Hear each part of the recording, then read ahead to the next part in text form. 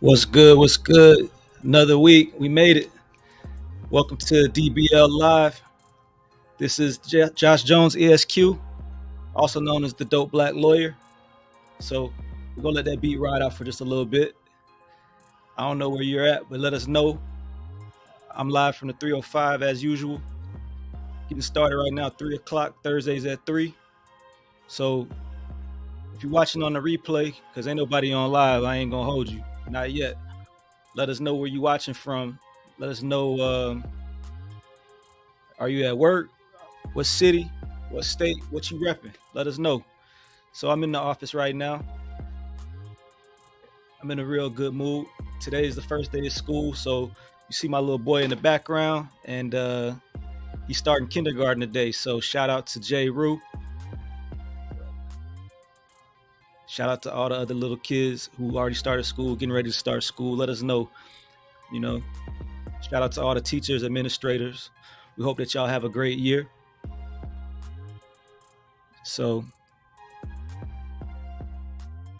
trying to do it a little different this week. Want to give you a little time to get in here if you plan on jumping on, and then we're going to get right to it as we always do. If you like that beat, let us know. I'll tell you who made it, and you could get some beats made too. So I'm gonna just let it ride out for just one more minute. As you already know, though, this is the number one place to find out news and information regarding law and hip hop. For the culture, by the culture. We doing this for us. We want to make sure that you can understand the law, based on things that you're interested in. We're not talking about no Tom Cruise, no whatever the dude from Pirates of the Caribbean. He had a big case where his ex-wife was suing him. That went viral for other people. That didn't really move the needle for us.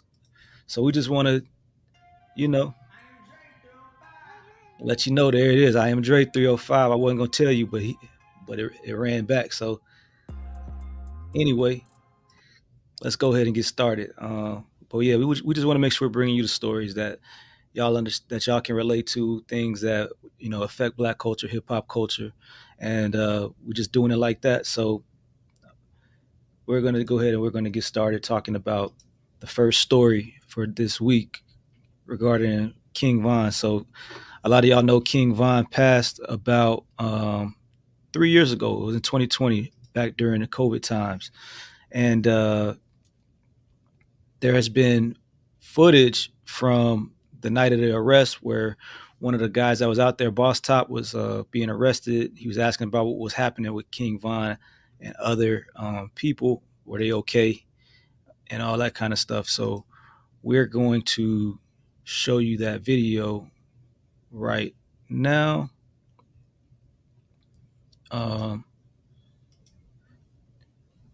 Let me go ahead and share my screen real quick for you.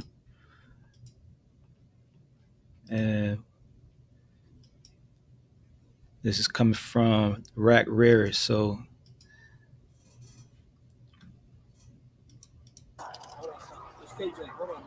All right. Mine good. Yeah. 112 good. He good. Or he did. He did. He straight. Yeah. Everybody straight. So far, yeah. Are you with him? You know him? Yeah, I'm an artist. My girl straight. Yes, everybody else is good. You need me to tie your shoes? Yeah. So I want. Oh.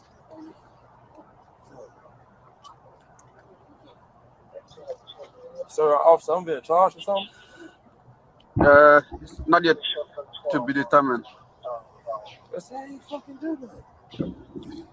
That makes shit. I'll let that shit go. I got stolen stuff, but I'll let that shit go. He really ain't do nothing. I really ain't do that. He really ain't do nothing. I wasn't there. So I just charged towards. Yeah. I just charged towards the dude that they hit. Where's your car at, much? I charged towards him. Nothing right. I ain't run from the officer or nothing. So there you go. You see Boss Top and one of his partners talking in front of the police. That's probably mistake number one. We want to make sure that you're not talking to the police, giving them no information, volunteering any information. Let them do their job. Let them figure out what happened, right? We don't want to be at the scene talking about what's going on. Homie talking about, yeah, I was there. I seen he ain't do nothing. That's a quick way for you to get in the cuffs. So if you don't really know what happened, back in November 2020, Von was having some type of beef with Quando Rondo and his crew, and one of his other homies, Lil Tim, also was killed that day. Excuse me, Lil Tim is the shooter. My bad. Lil Tim is the shooter who they arrested, and another man, Mark Blakely, also died that night when Von got killed. So, Quando Rondo said it was self-defense, but that's just a video showing. It's super sad to see that all these young lives ruined over nonsense. So in the big scheme of things, whatever the beef is, couldn't be that serious. But you see the after effects of all of that. So related to this, but not directly related, is the next story we have with FBG Duck's murder. So FBG Duck was murdered a couple of months before Von, and you see also Jakira Barnes, who was a 17-year-old. She and FBG Duck were both members of the GD Gangster Disciples gang. Von was a member of the Black Disciples gang in Chicago, and the talk is that Von killed Jakira, setting off the beef between the BDs and the GDs, and ended up putting a hit out for FBG Duck, who ended up being killed a couple months before Von. There was a $60,000 hit on his head. So now they've got 6 guys who were indicted. There was a 7th guy who they believe was involved, unfortunately committed suicide, but they're awaiting trial. They're facing RICO charges as an organized gang. So their trial is going to be starting in October. And it's just a cycle of, violence. Look at this young girl. She was only 17 years old, and she lost her life. She was known to be a hitter herself. And, all of these people, all 3 of these people that we highlighted and talked about are all gone, and we're all so young. So hopefully there's some kids out here who can learn from what happened with Von, what happened with FBG, Duck, Jakira, and not make the same mistake with their life, because these things seem so serious, but death is so final. So, and then sitting in prison for murder, for life. I mean, that's you in there for life. It's a long time. Could be a long time. So let's be more smart about how we handle these things. Let's figure out ways to educate these kids, show them ways to get money that are legal, and to put their talents to better use. So we're going to keep on going. We're going to talk about DJ Paul. A lot of y'all know DJ Paul from the 3-6 Mafia days. He was one of the original members, along with Juicy J. So now he is being sued for copyright infringement. DJ Paul showed a video of a storm where someone says they had a copyright for that storm footage, and they lost the ability to monetize that because of the fact that DJ Paul posted it. So DJ Paul's being sued by Viral DRM LLC. Paul's whole name, Paul Dwayne Borgard. And I'll go ahead. I'll share the complaint. We have a copy of the complaint from that we were able to obtain. And you can see here, Viral DRM, by and through counsel, is suing Paul Dwayne Borgard for copyright infringement under the Copyright Act. So they're telling you that Ronald Empfinger created a dash cam video of a tornado in Texas. Now the plaintiff owns the rights to the video. They tell you defendant is a rapper and a record producer who owns and operates a social media account under the name DJ Paul KOM, and that without permission, Paul copied and or displayed the video on the account and engaged in the misconduct knowingly in violation of the U.S. copyright laws. So they're saying that the plaintiff is a videography company by trade that has a legal right and legal and rightful ownership of certain videos, which plaintiff commercially licenses. Plaintiff has invested significant time and money in building plaintiff's video portfolio. So the plaintiff has obtained valid copyright registrations from the U.S. Copyright Office through copyright assignments. So they say that on March 21st, the guy we mentioned, Ronald Empfinger, made the video. It was his original work, and transferred the rights. So they paid him for the video, and they said the video was registered under the copyright organization number 234, whatever. So they say the video was created with the intention of it being used commercially and for the purpose of display and or public distribution. So they say that the defendant's activity infringed upon their copyright. So they say that the defendant is the operator of the account and is responsible for its content. The account is part of and used to advance the defendant's commercial enterprise. The account is monetized in that promotes defendant's services and brand. Upon information and belief, defendant profits from these activities. And that on or about March 22nd, which was March 22nd, 2022, which was a day after the video was originally published by Empfinger, DJ Paul posted the video. All right. And they post the URL. This is Instagram URL. So if you click the link, now the video is not available. It's no longer there. But they say without permission from the plaintiff, the defendant volitionally copied and or displayed the video on his account. They say they discovered it about April 19th, which was about 30 days later. Upon information and belief, the video was copied by the defendant without license or permission.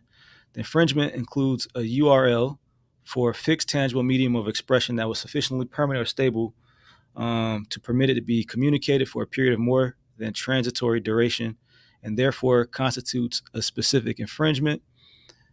The infringement is an exact copy of the plaintiff's original image that was directly copied and displayed. So they're saying he copied their video and put it up on his own page.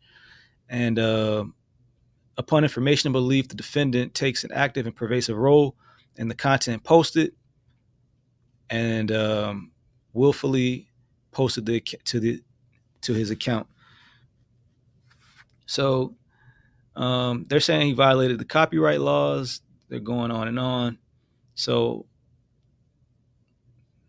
they say that they served a letter to the plaintiff via his counsel on April 6th and July 10th, seeking to address the complaint contained here, which the complaint we're looking at concerning this infringement. But despite the plaintiff's efforts and willingness to address the defendant's infringing activity, the defendant has forced the plaintiff to seek redress via judicial intervention for a defendant's infringing activity. So they say the plaintiff has been substantially harmed as a result of the defendant's misconduct. So you can see number 46, paragraph 46. So there's one count, and it's for direct copyright infringement under 17 USC, which is the law that they're saying he violated. So again, the video is the original creative work that the plaintiff owns. The video is registered with the USCO, and the plaintiff has not granted a license. So without permission from the plaintiff, in violation of the plaintiff's rights, the defendant illegally copied, reproduced, distributed, and adapted the works created by the plaintiff, thereby violating one of the plaintiff's exclusive rights and its copyrights. The defendant's reproduction of the video and display of the video constitutes willful copyright infringement. And, they say they were significantly harmed. At the end of the day, they're going to have to show that, and DJ Paul could be found responsible, for paying them for using their video. How much money they could have made off of a video of a tornado, I'm not really sure. Would they be going after him if he was not a famous, rich rapper? I'm not really sure. but it seems like that could be playing a potential role in their, decision to go after him. I'm not saying that this law firm, as you can see on here, um, has adapted this model, but there are law firms that exist that go around and they look for copyright violations, and they just go around and they start suing people, hoping to be able to scare people into paying them, or before they file a lawsuit, or being able to get a default judgment against people, which is what happens when you don't respond to a lawsuit, and being able to maybe garnish wages or take the money from someone's bank account and things like that. So I don't know if that's what the play is here, but um, DJ Paul's team is gonna have to respond to this. If we get any updates, we'll definitely be sharing them on DBL Live. So, like I said, this is a story that involves hip hop. We see it all the time. We'll talk about it even more with other stuff, but people oftentimes think that by saying, I don't own the rights to this, that clears them and they can just post. That's not true. But essentially, if you take someone's work and you post it without their permission, that's a copyright violation. If you do something to make it a new creative work, sometimes you can get around the copyright laws, by using what's called fair use. But almost 9 times out of 10, 99 times out of 100, if you take somebody's thing and post it just how they made it, that's going to be a copyright violation. So you want to steer clear of that so that you don't end up receiving a notice asking you to take somebody's work down, or to saying that you owe them money. So be clear, be careful about that. So we got Tyrese. He's back on the show. Last time we were talking about his, I believe it was back child support. I don't think there was any alimony involved, but now he's suing Home Depot, alleging racial discrimination. So Tyrese and 2 of the workers who were working on his property, 2 Mexican American gentlemen, went to Home Depot in LA, and Tyrese ended up leaving the store and telling them to, complete the transaction, and he gave him his card. So while he was in the car, they called him. They wouldn't allow them to make the transaction without without an identification card. So Tyrese felt like this was, discrimination. He said that he's been to the Home Depot and sent people to Home Depot for years, and never had a situation like this to occur. And now he's suing for $1 million, him and the gentleman. So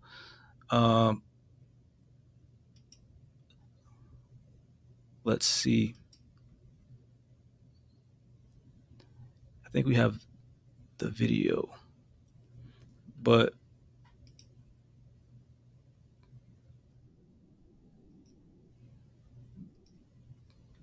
let's see.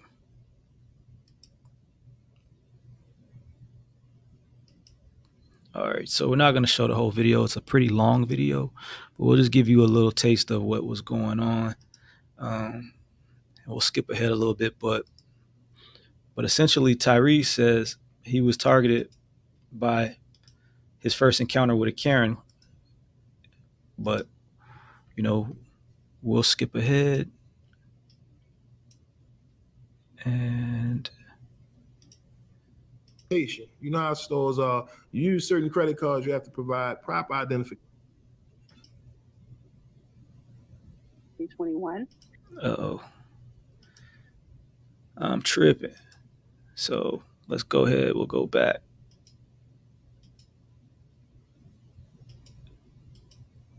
Store, ma'am. If you're going to talk to your manager, tell your manager the truth. I was just in the store and I gave my guys my. So at this time, Tyrese is in the car in the parking lot, from what I understand, and he's talking to this woman on the phone who says she's the cashier supervisor, and he's trying to get her to. He's pleading with her to make the transaction for him on his behalf. So. Credit card in front of your staff and team member, and I walked off. Don't say that I'm not there with no ID. You can pull up the cameras. I was there 5 minutes ago. This is completely unnecessary, what you're doing right now.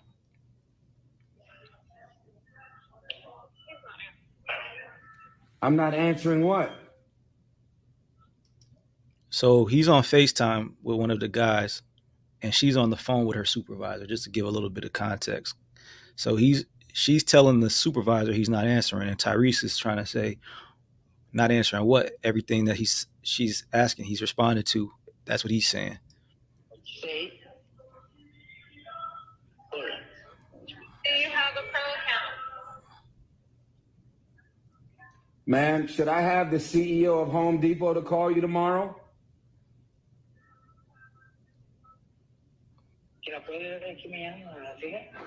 Because he's my neighbor. He's my neighbor in Atlanta. You want me to? Slight flex. Obviously, the CEO of Home Depot is not going to get involved in this incident, but apparently it's Tyrese's neighbor in Atlanta. Get the CEO of Home Depot to call you and tell you that this is unnecessary, what you're doing? Yep, my manager said that's fine. Okay, tell your manager I was just in the store. Do you want to tell him that part? He can hear you. Okay, manager, what is his name? Carlos? Carlos. What's his last name? That's not necessary. What? You work in Home Depot. You work in a public place. So then Tyrese comes back in the store, and they have this interaction. You're a supervisor, right? What's your name? Corelli? And your last name is what? Why not? Because you work here. And I have a problem with your energy and your unprofessionalism. So what's your last name? Okay. So, ma'am, how long? Don't consent to being recorded. What is? How long have you been working here, ma'am? You? I just have a question. How long? 1 year. Okay.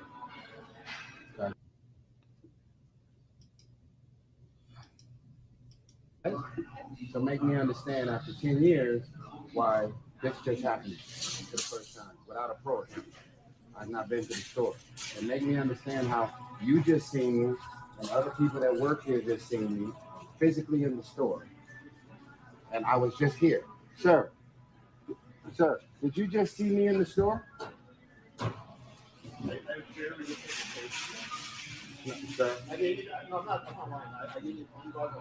So how did you barely look at me if I bought 2 candy bars from you and we gave you the scanning machine? You looked at me and we just did the whole transaction and I walked out.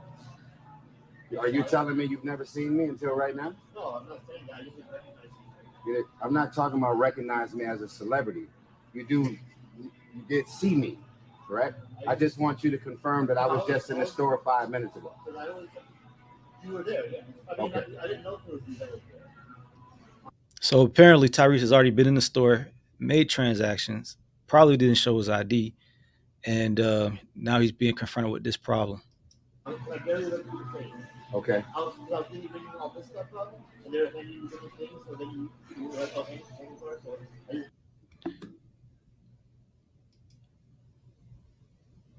Point, I mean, your frustration, and I do apologize about that, but she was just following protocols. Okay, I'm asking about the protocol because I don't work here. Got it. So educate me about the protocol. I walked up to this gentleman. I grabbed 2 candy bars. Got it. He scanned it, Yes. and I said, "Hey man, they're gonna finish the rest of the transaction. They got my credit card," and I left. Okay. I did not pay for my 2 candy bars. But you left the credit card to that person? With them. I was just here with them, and this man just seen me. He scanned. Hold on, let me finish. Oh, I didn't know that. Oh. Super manager came over like, oh, you ain't tell me that part. So she leaving out information. So I never had to show my ID to use my credit card at Home Depot. But anyway, let's keep watching. Let's see what happens. He scanned my 2 candy bars. I looked him in his face. They were finishing up the transaction, and I walked out of your store with 2 candy bars, no ID, and I didn't swipe my card to pay for it. And he let me leave.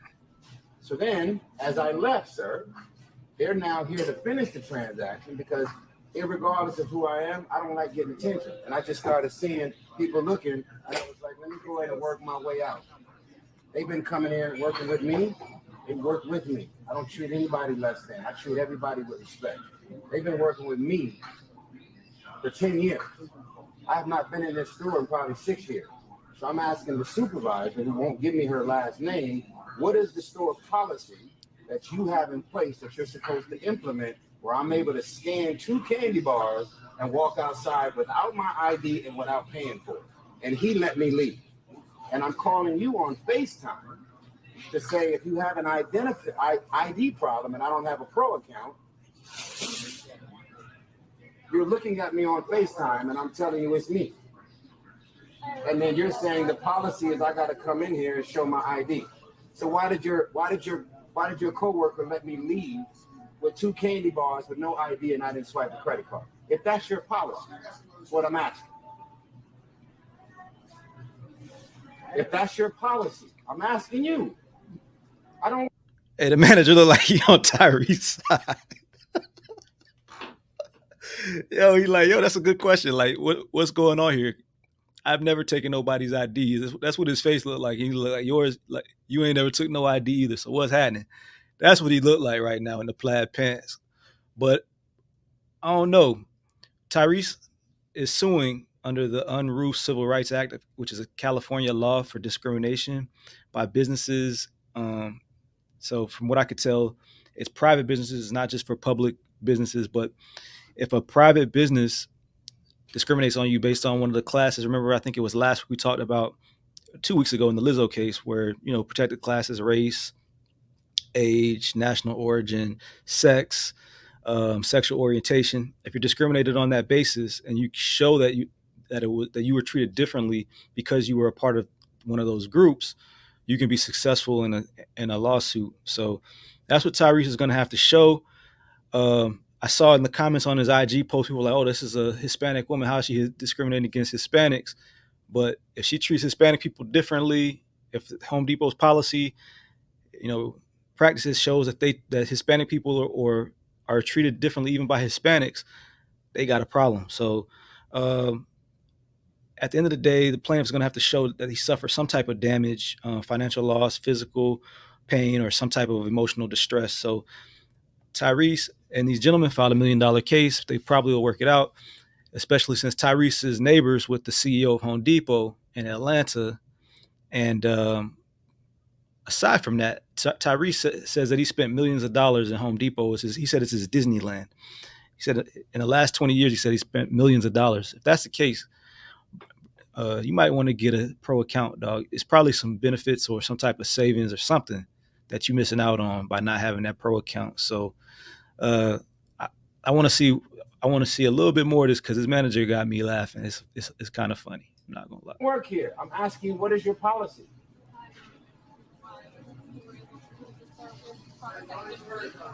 Uh-huh. This is a reflection of you because you're the cashier supervisor, and then you called your boss to get to the bottom of what's happening. So I'm asking you, as the boss of the cashiers, why did somebody on your team and staff look at me, grab the scanner out of my hand? It was over here. We gave it to him. He was like, hey, man, here. He reached over the wood and the doors and went bloop, bloop, bloop. And I said, hey, man, they're going to take care of the transaction. They got it. I'm out. You're being a racist. And that's the truth. And that's what he's going to have to prove. So we'll stay tuned. They probably have a policy. They probably don't follow that policy, and we're going to have to stay tuned. We'll see what happens with regard to Tyrese's discrimination suit with Home Depot. So with that being said, we'll move on to our next story, and it's probably the saddest story we have today, but there is the young man and the young woman who you see were expecting their first child. They were in delivery in a Georgia hospital in a Atlanta suburb when the baby's shoulders got stuck while the baby was coming out of the vaginal canal. So this is something that's known as shoulder dystopia, if I'm not mistaken, and essentially dystocia. So this is a condition where one or both shoulders become stuck. And when this occurred, the doctor, they're saying, negligently applied excessive traction. and tried to pull the baby out. So they said that they requested a cesarean, a C-section, and the doctor still insisted on pulling the baby out of the vaginal canal. And unfortunately, the baby did not live after this incident. So now they filed a lawsuit for medical malpractice against the hospital, the physician group, the doctor personally, and a couple of other parties as a result of the loss of their child. In addition to the baby not making it, they say that the hospital staff tried to cover up the fact that the baby's head became separated from the body by tightening up, wrapping the baby up in real tight blankets, and trying to say that they could view the baby, but they couldn't hold the baby. So they tried to kind of trick them and not really let them know everything that was going on. As of now, of course, the medical examiner has not determined the cause of death, and they're still investigating this, but the lawsuit has already been filed. The hospital released a statement, of course. The typical, our heartfelt thoughts and prayers are with the family. Our prayers remain with the dedicated team of physicians, nurses, and staff at Southern Regional Medical Center who cared for this patient, as our deepest sympathies remain with the family. So, then they cite that they can't talk about it too much because of HIPAA laws and privacy laws. This couple has requested a jury trial, and they're seeking compensation for the value of the child's life, including loss of lifetime earnings as well as compensation for funeral and burial costs. So it's a very serious situation, very sad situation. In order to win this medical malpractice case in Georgia, they have to show a few things. Mainly they have to show that the healthcare provider had a duty to the patient. And with this duty, that means that the healthcare provider would have to act reasonably, as a competent healthcare provider would have acted in this situation. So the care that they would provide to the patient has to rise to the level of a competent provider. Okay, so if they didn't do that, then that would mean that they breached their duty to the patient, and the breach of the duty, if it caused the patient's injuries or the death, meaning the injuries would not have occurred but for the treatment that provided by the hospital or the provider's conduct, then that would be the next thing they would have to show. And then last, they'd have to show damages that they suffered, which we kind of talked about: financial losses, physical injuries or death, as well as emotional distress. So I think that they will be able to probably work this out with the hospital. I don't think the hospital is going to want to take this all the way through to a trial. And very, very sad case. This is also our DBL, Dope Black Lawyer of the Day. It's actually a whole team of them. So as you can see on the screen, we've got two of the attorneys, but all of the attorneys for the family are Corey Lynch, Keith Lindsay, Sho Watson. The last two happen to also be members of Omega Psi Phi fraternity. I'm not sure why so many of our Dope Black Lawyers of the Day end up being the Qs. Shout out to the bros. But it's not intentional. I guess we're just out here doing dope things, making moves, and in the news. So we're not looking to only highlight the bros, but it just happens to be a lot of the times that's who is doing a lot of the dope black lawyering in the United States. Another sad story we're going to move on to. This also has some Florida connections. It happened in Broward County, where Alex Collins, former NFL running back, was from, but he was riding his motorcycle when somebody ran into him and he was pronounced dead at the scene. Very sad. He also was played for several teams: Baltimore Ravens, Seattle Seahawks, went to Arkansas for college.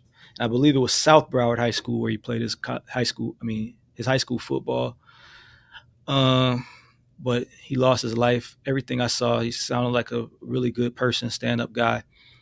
It's just a reminder life is short and that you need to make sure that you protect yourself at all times as best as possible, especially if you're going to, ride motorcycles.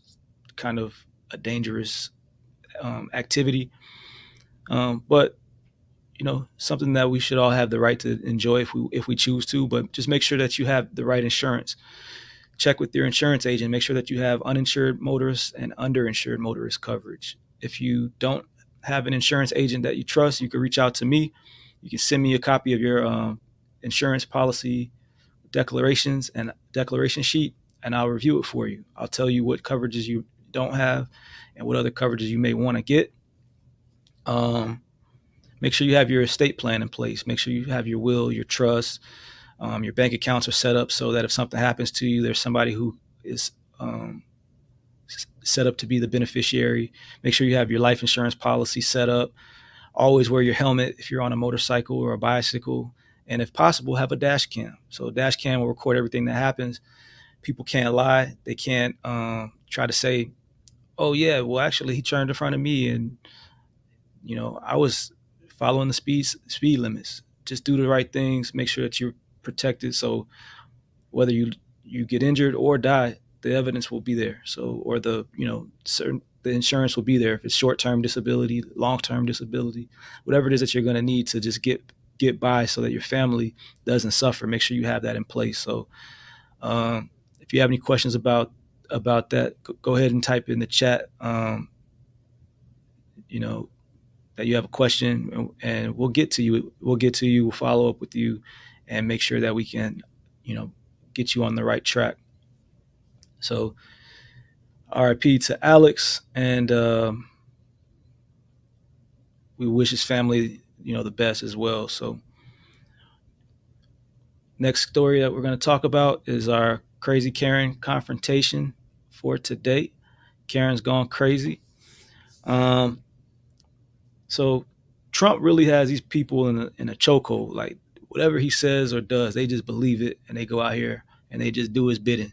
So there's a Texas Karen who is now behind bars for allegedly threatening to kill U.S. District Judge Tanya Chutkan, a Jamaican American judge. So why would this Karen want to do that, you wonder? Great question. So Chutkan is the federal judge who's overseeing Trump's election conspiracy case. So Trump goes out to these rallies and posts on, I don't even remember the name. He got kicked off Twitter. He started his own social media platform. He goes on to this thing. He just tells these people anything, and they just listen to it hook, line, and sinker. They believe it. Most of it is not true, half true at best. And they just go out here and just start acting. So this Karen's real name is Abigail Jo Shry. And there was an affidavit that stated, she's charged with transmitting a threat to injure a person via interstate commerce, according to an affidavit. And the affidavit was filed and made public on August 11th. This happened on like August 5th or so it's fairly recent. And Karen Abigail started her message by saying, "Hey, you stupid slave nigger." That was the first thing that came to this Karen's head when she had an opportunity to write to this judge. And then she proceeded to threaten the life of anyone who was pursuing Trump. So she also made a direct threat to kill U.S. Representative for Texas, Sheila Jackson Lee, along with all Democrats and all LGBT communities. So I will say she's not just a racist. She's an equal opportunity Karen, equal opportunity bigot. So maybe that makes you feel better. I don't know. But she continued to threaten Chutkan. She said, "You are in our sights. We want to kill you. We want to kill Sheila Jackson Lee. If Trump doesn't get elected in 2024, we are coming to kill you. So tread lightly, bitch. You will be targeted. Personally, publicly, your family, all of it." Wow. So this is what she thought to say to a federal judge of all people. So how did they even get to know that it was Karen Abigail who did all of this? The investigators were able to trace the messages back to a phone owned by Shry, which is Karen Abigail's last name, and went to her home. And when questioned about it, she admitted it. She said she did it. However, she said she had no plans to actually go to D.C. or Houston. But if Representative Lee ever came to Alvin, Texas, she quote would need to worry. So you take what that means for yourself. But if somebody says you would need to worry, it sounds to me like they would do some bodily harm to you, which is crazy because she doesn't even know who know Karen. I mean, excuse me, Representative Lee. Representative Lee probably has made decisions that have improved her life, and this fool didn't even have the common sense to use a burner phone. And then when questioned about it, she felt uh, emboldened to admit to it and to continue to just not even just admit to it, but to continue to make threats. Crazy, crazy, crazy. These Karens have lost their minds, and Trump is the lead. Trump is the lead Karen. Honestly, maybe is he a Ken? What do they call the male Karens? I think they call them Kens. But man, he's just out here saying and doing anything, and he's caused all these people to feel like they can do the same thing. Very, very scary. But here we go. Here we are. This is where we are, 2023, the world where people want to say that everything has gotten so much better. We've passed all these civil rights laws. Black people are graduated from college. We've even had a black president. There's no way the world could be unfair to minorities. And then stuff like this happens every day. And then stuff like our next story. So in Lansing, Michigan, the police are facing heavy criticism for handcuffing a 12-year-old who was taking out the trash to a dumpster near his residence. So there was a TikTok video that went viral, and it led to the Lansing Police addressing the incident. So we're going to see if we can show you the TikTok video first.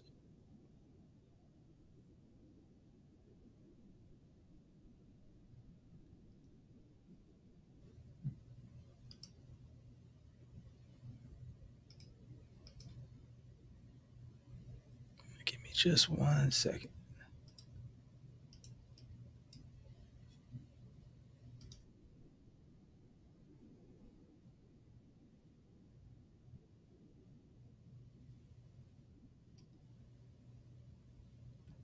All right. So I'm going to share my screen. I promise y'all I'm going to get good at this. It's coming.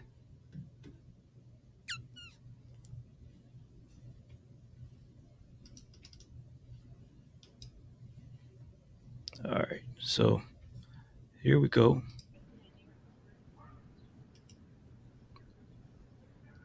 Just taking out the trash. The kid bringing out his trash to be dumped, and he's getting harassed by the police.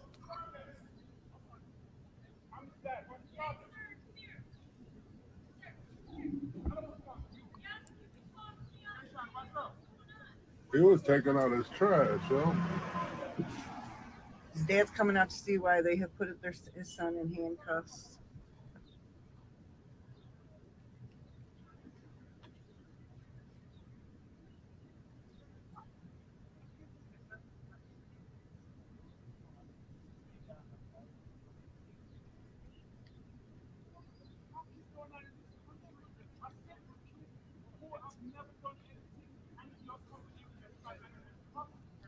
Yo, they put him in handcuffs. He was just coming to dump.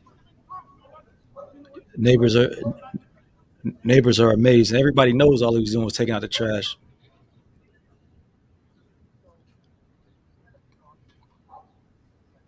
Thank God for cameras, boy, because this has been going on forever. Yo, that was some wrong shit, yo. But what the kid do, though?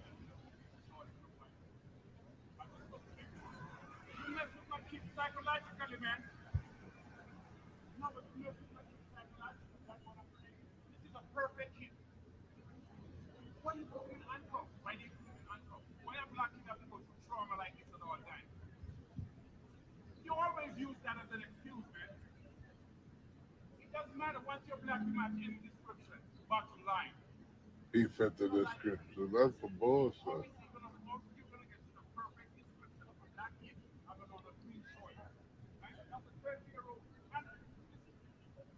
12 years old. Fits the description. ain't even him. Bring the garbage down, and this is the bullshit he's going through. I seen it. Bullshit. I seen it. I'm just washing up my dishes. I said, son, can you take the garbage down? That's what he did. You get what I'm saying? And that's a trauma. That traumatized my son. You know? That's some wrong shit, though. Wrong description and shit. Look at the cops. 1, 2, 3, 4, 5. It's like 3, 4, 5 police cars out here, completely unnecessary. They done arrested him, brought the canine down here. Now they've arrested the young boy, but then traumatized him. All these cops put him in a cop car. They got a Now they K9 about out to here. tell lies. Look at all these cops, man. Look at this kid. Who is he gonna hurt? Crazy. This is why we patrol the police right here, They was y'all. wrong for that shit, man. When y'all see stuff happening, you got to pull your cameras out. I do. They was wrong for that shit.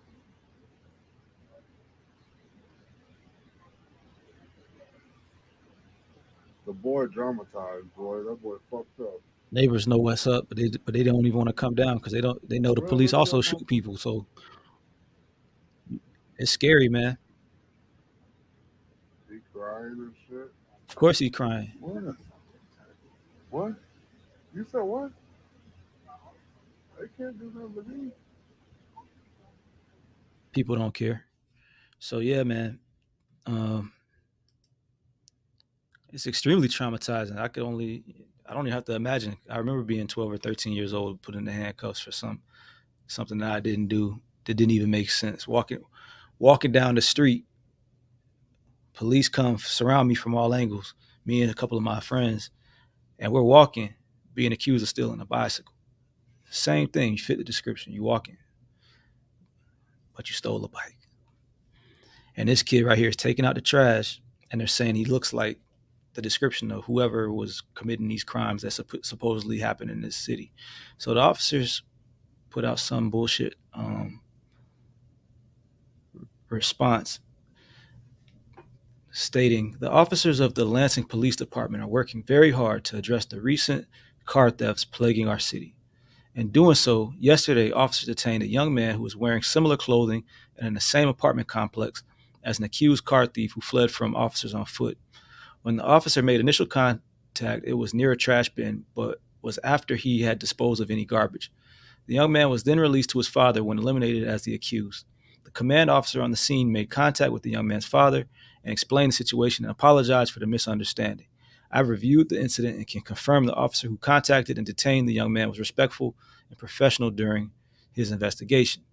It's unfortunate that incidents like this occur, but through our communication and sharing of information, we can help people understand the whole story, that something like this has an impact on all parties involved.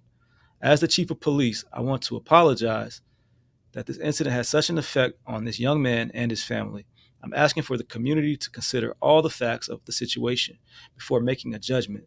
The relationship with our community has been and will continue to be a top priority for the Lansing Police Department. So, this statement comes after people in Lansing were mad as hell and were looking for answers.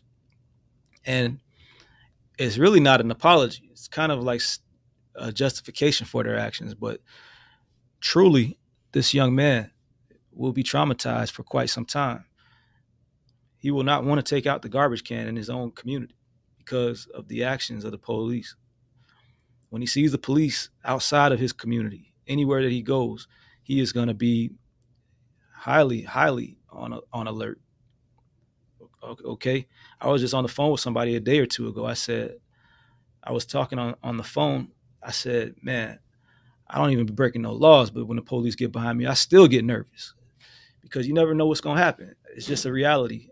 You know, nobody's saying all the police is bad, but the reality is just like they don't know who is who, we don't know who's who. So we got to stay on alert too, just as much as you do, you know, when you're dealing with situations where you're dealing with the thugs who are supposed to be the the thugs, but the police sometimes are too. So you just got to stay vigilant, keep your head on a swivel, and know what to do in these situations. With regard to how you move, how you maybe try to get the badge number without actually asking for it, or the name of the officer without actually asking. You kind of peep the badge, or you got your phone kind of recording on the side, whatever it takes to stay safe. But if you're black in America, 9 times out of 10, you've been through at least one incident of unjust interactions with the police. I've had many personally, but I know a lot of people, who have had similar. So I wish this kid the best. If he needs counseling, he should get it. If there's a GoFundMe, I want to find out, how we can support this young man and his family. But the reality is he's not the only one. I'm just so glad that that's the end of the story. That's all we're talking about right now, and it didn't go any farther. And hopefully the police in Lansing and across the country adopt policies that make it possible for everybody to feel safe and to know that they are going to be okay in these interactions. So exhale. Before we get to this last story, this What the Florida story, this crazy story, I just don't know. But first, this woman's only 35 years old. What the Florida has she been doing to look that old at 35 years old? Sadly, she was booked in Volusia County, which is the county where the main city is, Daytona Beach, Florida. She was booked on charges of first-degree murder, and tampering evidence, resisting arrest with violence. What are the rest of the charges? Those are the main charges. But apparently, on July 1st in Daytona Beach, an officer was flagged down by a citizen regarding a fire at a home. So firefighters are alerted as well and go to the home. When they go to the home, they go inside and they find a 79-year-old man who's laying dead on the floor. He had blunt force trauma, stab wounds, and he was burned, according to the affidavit. Inside the home, the police found a bloody knife in the victim's bedroom near his body. There was also blood found on the wall next to, I guess I didn't tell you the lady's name, but her name is Nicole Mack. I believe, is that how you say it? Nicole Max, Maks. So there was blood on the wall in her room next to the closet. Around 3:30 a.m., the police found her at a Crystal's. So if you're not familiar, Crystal's is sort of like White Castle. They got the little nasty burgers, nasty to me burgers, and they're like 39 cents. Probably they used to be like 19 cents. They're probably like maybe like $1 now. Who knows? Everything went up. But she was at a Crystal, and she had no shoes and had blood on the side of her leg, and a portion of the shirt she had been wearing was torn or cut. And that portion, the police said, had blood on it. So officers approached her. She dropped the knife and the hammer she was carrying, and authorities said her story continued to change multiple times. She denied knowing the victim. She said she was homeless. She denied carrying a knife and the hammer, all types of stuff. She just kept changing her story. Later, she admitted to being roommates, but denied seeing him on the day that he was killed. And she said, with regard to the knife and the hammer, she said that she often carried items like that. So they escorted her to the police car and informed her they would be collecting her DNA. It was, so she asked the police if she could get a drink, and the police gave her a Diet Mountain Dew. All right, soda. So as she was talking to the police, she kind of was stalling for time. And she didn't try. She doused herself with soda in an attempt to make the DNA test not be reliable, to tamper with or interfere with the evidence. However, the DNA results did come back to show that her DNA was on the knife blade. Her DNA was on the knife as well as the victim's. She pleaded not guilty. Her attorneys looking to have the judge determine if have a doctor to determine if she's even mentally competent to stand trial. So I don't know if she's mentally competent to stand trial or not, but she certainly is a crazy lady, scary looking lady. And obviously I wish, God bless the dead for the victim and condolences for his family. But dang, my first thought after that is how does she get a soda? The police are out here just giving people soda who are accused of murder. That's a stark difference in treatment for how they treated that 12-year-old boy, cuffing him right away. I don't think they offered him no drinks, but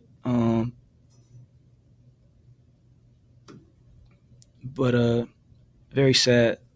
So if you just jumped on, I want to give you a little, welcome to Law and Hip Hop. Let us know that you are here. Tell us where you're watching from.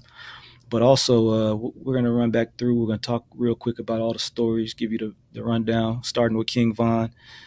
There is new video showing Boss Top's arrest footage from the night of King Von's murder, when he had the incident with Quando Rondo's crew.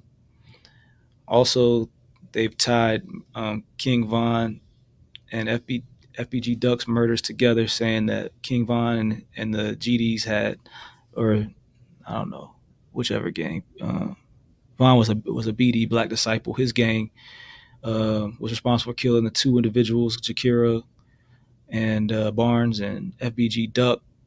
They put a bounty out for Duck, and he died a couple months before Von. 6 gentlemen are facing trial for that in October under the RICO. DJ Paul, part of the 3-6 Mafia, he's being sued for copyright infringement over showing a tornado video from a dash cam. And they're saying that the company that bought the rights to the video is saying that by DJ Paul posting it on his platform, he made it where they couldn't profit from the video.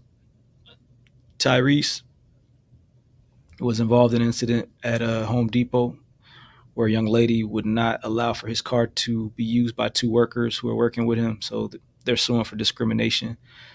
I guess Tyrese did not think the lady was a sweet lady.